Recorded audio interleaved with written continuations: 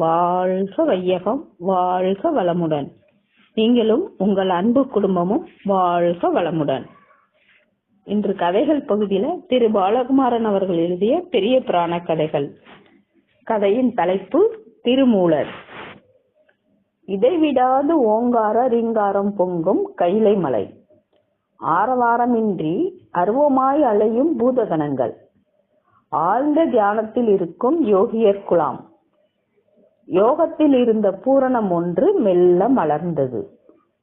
யோகம் என்பது ஓரிடத்தில் இருப்பது மட்டுமோ? மானத்தை ஒரே கட்டாய் கட்டுவதோ இல்லை. அவிழ்த்து கட்டு, தளர்த்தி கட்டு, குலைத்து கட்டு என்று மூவகை யோகம் சொல்வார்கள். அதை யோசித்தது. யோகத்தை உளவியபடியே செய்ய எண்ணம் கொண்டது. ஓசையின்றி மலைச்சாரன் வெளியே கீழே இறங்கியது.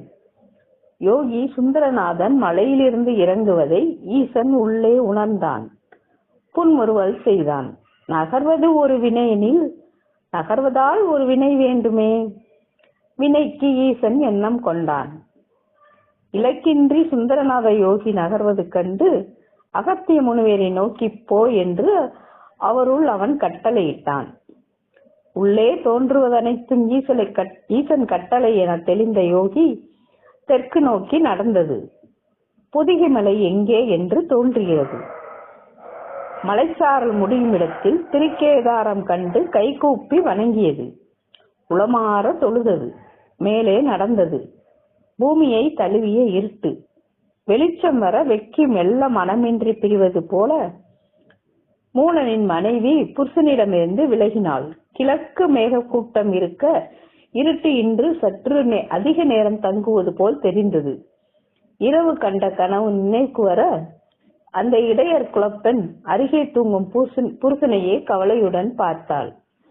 புருஷன் துணையின்றி மல்லாக்க கிடப்பது போல் கனவு வந்ததே, நல்லதா அது என்று கலங்கினாள்.